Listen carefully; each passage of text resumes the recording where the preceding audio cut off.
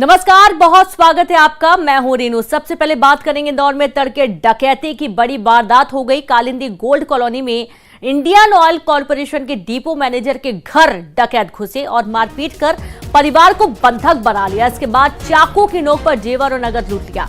भागते समय बदमाश कार भी ले गए और पुलिस कॉलोनी के सीसीटीवी कैमरे में कैद हुए बदमाशों की तलाश में पुलिस जुट गई। ये देखिए कितनी बड़ी वारदात को अंजाम दिया बदमाशों ने। इंदौर का पूरा मामला है, जहां इंदौर में तड़के डकैती की बड़ी वारदात हो गई।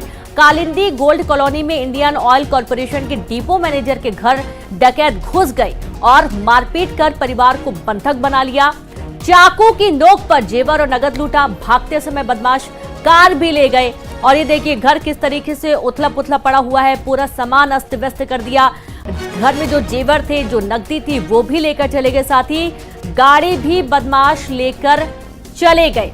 अब सीसीटीवी फुटेज में जो तस्वीरें कैद हुई उसके आधार पर पुलिस मामले की जांच में जुट गई है, बदमाशों की तलाश में जुट गई है। बेलगाम डकैतों की वारदात कॉलोनी के सीसीटीवी कैमरे में कैद हुए।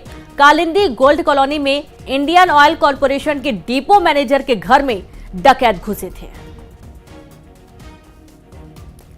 तो आप ये देखिए कि कितना आसान हो चुका है दिन दहाड़े डकैती जैसी वारदात को अंजाम देना।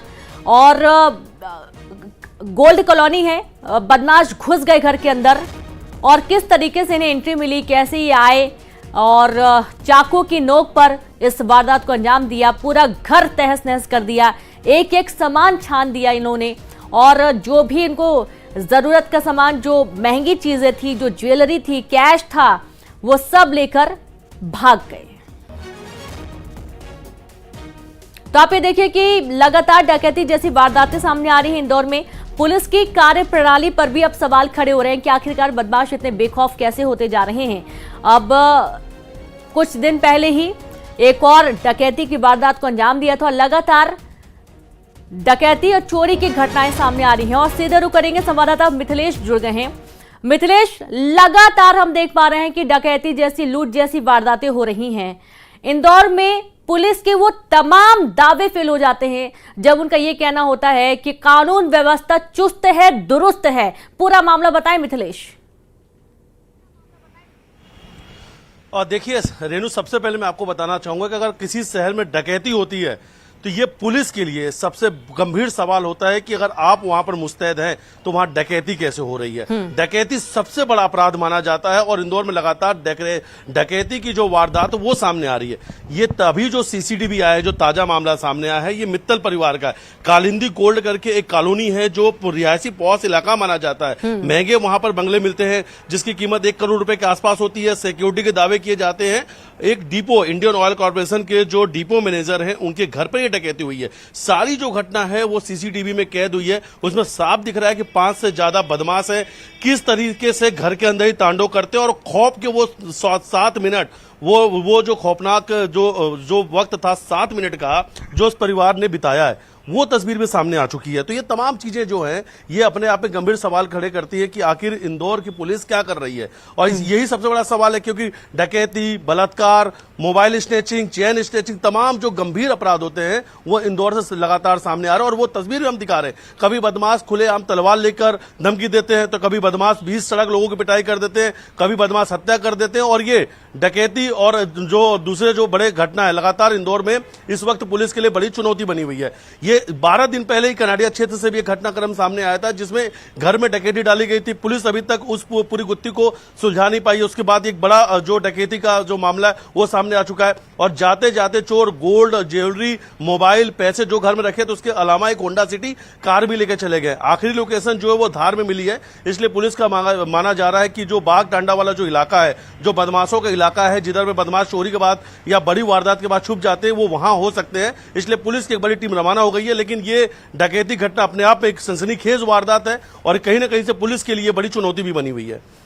जी बिल्कुल, बहुत शुक्रिया आपका मिथिलेश तमाम जानकारी के लिए। तो इस तरीके से एक बड़ी चुनौती तो है, जैसा कि मिथिलेश बता रहे कि पॉश एरिया और यहाँ पर अगर डकैती की वारदात होती है तो सबसे बड़ी हैरानी की बात यही है कि आखिरकार तमाम सिक्योरिटी के दावे होने के बावजूद यहाँ पर दिन दहाड़े यानी कि तड़के सुबह भी डकैती डल जाना, ये एक बहुत बड़ी समस्या बन गया है क्योंकि आम लोग भी इसकी चपेट में आ सकते हैं, ऐसी वारदातों के नुकसान उठा सकते हैं। एक महिला के साथ गैंगरेप हुआ। हैरानी की बात यह थी कि पति की मौजूदगी में यह वारदात हुई। उन दरिंदों का पीड़ित महिला के पति ने विरोध नहीं किया, बल्कि पत्नी को ही डराया, धमकाया, जान से मारने की धमकी दी। आखिर क्यों वो पति बना शैतान? क्यों उसने कराया बीवी का गैंगरेप?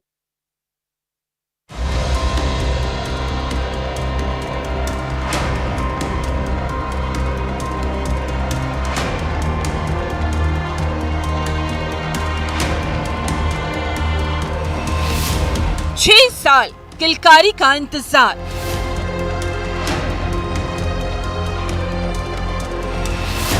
औलाद की चाहत, हैवानियत की हद पार। पति की घिनौनी करतूत।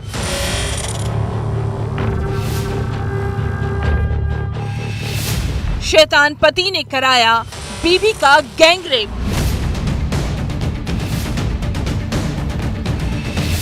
शर्मनाक, शर्मनाक, शर्मनाक।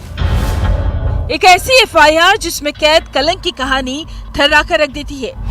ये दर्द है उस महिला का जो अपने पति के साथ मायके से ससुराल जाने के लिए निकली, लेकिन ससुराल पहुंचती उससे पहले ही उसके साथ वो हुआ जिस दरिंदगी को वो भूल नहीं सकती।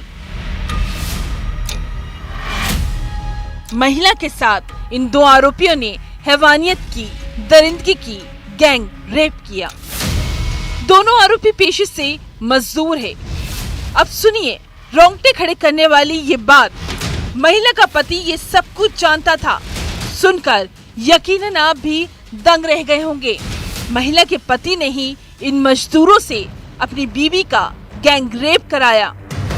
ये हैवानियत वाकई हैरान कर देती है। अपनी पत्नी को वहाँ रोक करके उस पर दबाव दिया कि ये गलत काम करना, नहीं तो मैं घर जाके तुझे मार डालूंगा। और वहाँ पास में किसी जो काम कर रहे थे दो लेबर के व्यक्ति, उनको बुला करके और उसके संग ये घटना कराई थी। मायके से महज 10 किलोमीटर दूर महिला के साथ ये दरिंदगी हुई। पीड़ित महिला के शैतान पति ने उसे डराया, धमकाया और जान से मारने की धमकी दी। वारदात 6 फरवरी को हुई थी, जब पीड़ित महिला अपने मायके गई। तब उसने मां को पति की इस घिनौनी करतूत के बारे में बताया। मामला थाने पहुंचा, लेकिन इस केस में पुलिस के लिए चुनौती थी। आखिर वो दो आरोपी कौन हो सकते हैं? तहकीकात शुरू हुई। आसपास हो रहे कंस्ट्रक्शन में काम करने वाले मजदूर रडार पर थे और फिर इन दो आरोपियों का सुराग हाथ लगा। क्योंकि इसमें घटना में उसकी पत्नी को लोगों के बारे में नाम नहीं पता था, इसलिए जब उसने अपने माता और पिता को ये बात बताई तो थाने पर उसके पति और अन्य अज्ञात 2 लोगों के खिलाफ अपराध पंजीबद्ध किया गया था। आरोपी अज्ञात होने से इसमें पुलिस टीम ने काफ़ी मशक्कत करके आसपास के सीसीटीवी फुटेज और वहाँ लोगों से पूछताछ करके अन्य आरोपियों की पतारेसी की। आरोपियों पर इनाम का ऐलान भी हुआ था। शैतान पति की ये साजिश बेनकाब हुई और इस घिनौनी साजिश में शामिल ये 2 आरोपी भी पकड़े गए। इस दरिंदगी की वजह भी सुनिए। पीड़ित महिला और उसके पति की शादी को 6 साल हो गए थे, लेकिन दोनों बेऔलाद थे। आरोपी पति ने अपना इलाज भी करवाया, लेकिन डॉक्टर ने ये बताया कि कमी उसमें है। उसकी शादी को करीब 6 साल हो गए। 6 साल से उसको चूंकि बच्चे नहीं हो रहे थे तो उसने अपना डॉक्टर पे इलाज कराया। डॉक्टर ने उसको कुछ कमी बताई थी, इसलिए उसने प्लान किया कि मैं अपनी पत्नी के किसी व्यक्ति से संबंध बनवा के बच्चे पैदा कर दूंगा और इससे किसी को पता भी नहीं चलेगा। अपनी कमी को छुपाने के लिए शैतान शौहर ने ऐसी घिनौनी साजिश रची। औलाद के लिए बीबी का गैंगरेप कराया। मुरैना में अमित शर्मा के साथ bureau report, news 18, Madhya Pradesh, Chhattisgarh. और इसी बीच एक अहम खबर, जहां उज्जैन पहुंचे CM doctor Mohan Yadav. CM helpline पर शिकायत करने वालों से बातचीत की। स्मार्ट सिटी कार्यालय में ये बातचीत हुई है। तो सीएम हेल्पलाइन पर जैसा कि आपको मालूम है कई शिकायतें आती हैं और इस शिकायत को सुनने के लिए मुख्यमंत्री डॉक्टर मोहन यादव खुद पहुंचे स्मार्ट सिटी कार्यालय और यहां पर उन्होंने शिकायतकर्ताओं से बातचीत की। बड़ी खबर, जहां उज्जैन में मुख्यमंत्री doctor Mohan Yadav CM helpline पर शिकायत करने वालों से खुद बात करने पहुंचे और तुरंत इस पर निर्देशित किया गया कि जो भी समस्याएं हैं, जो भी परेशानियां पब्लिक की हैं, उसे तुरंत दूर किया जाए। ये साधु जी का नंबर है, नवीन साधु जी को लगा क्या है? तो ये कुछ एक्सक्लूसिव तस्वीर आपके टीवी स्क्रीन पर, जब सीएम खुद शिकायतकर्ताओं से बातचीत करते हुए उनकी शिकायतें सुनते हुए नजर आए। उज्जैन में ये तस्वीर देखने को मिली। सुनिए जरा क्या बातचीत हुई। काय की शिकायत थी? क्या परेशानी है आपको?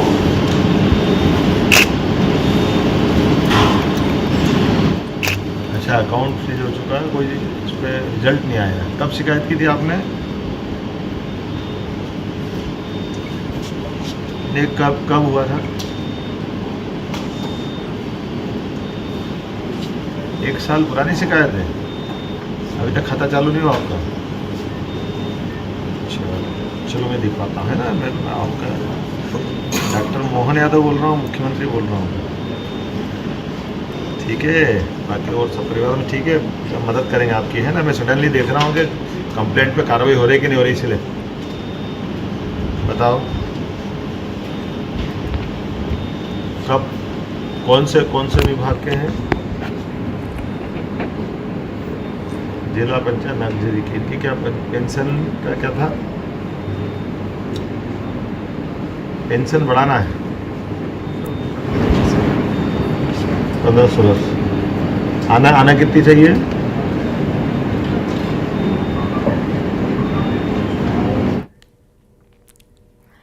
इस जल्लाद बेटे ने अपनी बुजुर्ग मां को ऐसी बेरहम मौत दी कि आपके भी रोंगटे खड़े हो जाएं। उस शैतान बेटे ने पहले जमीन पर मां को पटका और फिर उसे जिंदा जलाकर मार डाला।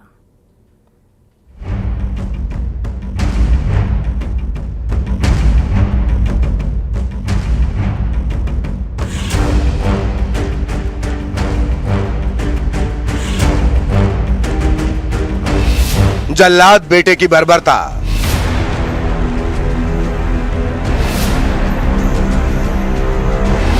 शराबी बेटे का वहशीपन।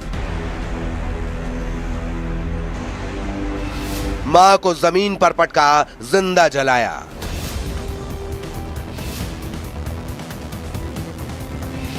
डांटा तो मार डाला।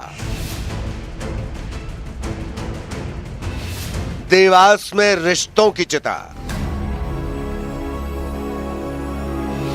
वो मां थी, बोझ नहीं। ये निशान देख रहे हैं आप, हैवानियत भरे वहशीपन के जो गवाह बने। इस घर में जल्लाद बेटे ने ऐसा कहर बरपाया कि सुनकर रूह कांप जाए। शैतान बेटे ने 70 साल की बुजुर्ग मां को ऐसी मौत दी जो किसी को भी तड़पा दे।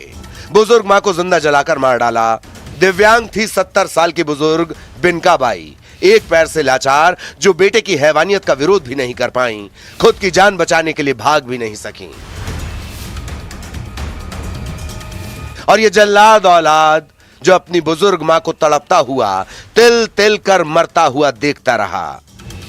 देवास के झुलादड़ में हैवान बेटे ने रिश्तों की चिता सजाई, जिसने मां को पहले जमीन पर पटका, उस पर खटिया रखी और फिर आग लगा दी।